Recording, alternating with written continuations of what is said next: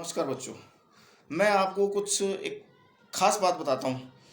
ये समाधियाँ होती हैं ना, जब व्यक्ति की मर जाता है तो उसके मृत शरीर पर जो समाधि बनाई जाती है, उसके मृत शरीर पर समाधि जो बनाई जाती है, शरीर मतलब उसको जब ज़मीन में दफना दिया जाता है, जला दिया जाता है, गाड़ दिया जाता है, उसके शरीर पर या उसकी राख पर कोई भी छोटा सा कोई कमरा, बड़ा सा महल, कुछ भी बनाते हैं, यादगार तौर पर उसको मकबरा कहा जाता है। मकबरे अलग अलग टाइप के, अलग अलग समय पर अलग अलग डिज़ाइन के बने हैं। सब ने अपने हिसाब से अपनी हैसियत के उस मतलब अपने जो भी रुतबे, अपने पैसे या अपने हैसियत के अनुसार उस समय राजाओं ने मकबरे बनाए। मकबरे ज़्यादातर राजा मरने के बाद उसके पुत्र वगैरह या उनकी रानियाँ वगैरह ही उनका निर्माण करवाती थी।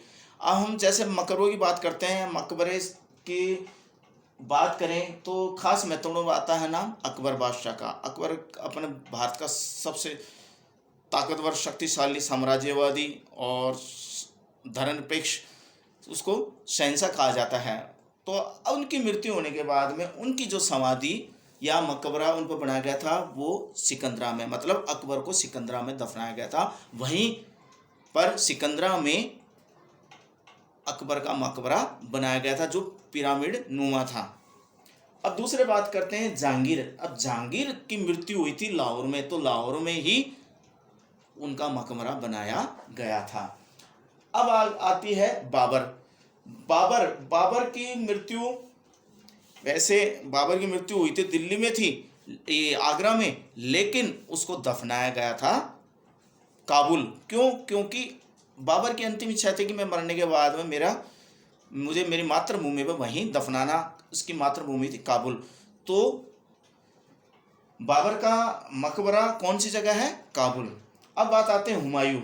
हुमायूं का मकबरा दिल्ली में है। हुमायूं की मृत्यु दिल्ली के अंदर हुई थी और वहीं उसको दफनाया गया था दिल्ली में, और दिल्ली में वो हुमायूं के मकबरे के नाम से जाना जाता है। उसको द्वितीय ताजमहल के नाम से भी जाना जाता है, क्योंकि वो ताजमहल का एक प्रतीक था। ताजमहल उसी को देख के बनाया गया था, हुमायूं के मकबरे को देखकर। बस अंतर ये कि ताजमहल सफ़ेद संगमरमर पत्थरों का बनाया गया है और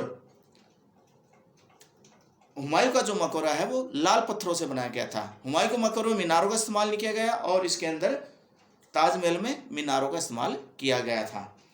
अब बात आती है सबसे एक अद्भुत, जिसमें पहली बार संगमरमर और जिसमें चित्रांकन, बेल बूटों, फूलों का इस्तेमाल किया गया था मकबरे में, ये था एतमोदुल्ला का मकबरा।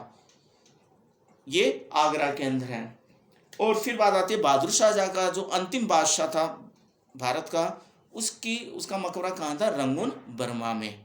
तो इस तरीके से ये प्रमुख मकबरे जो मुगल बादशाहों के थे उसका हमने वर्णन किया था। इसको अच्छी तरह याद करना बच्चों।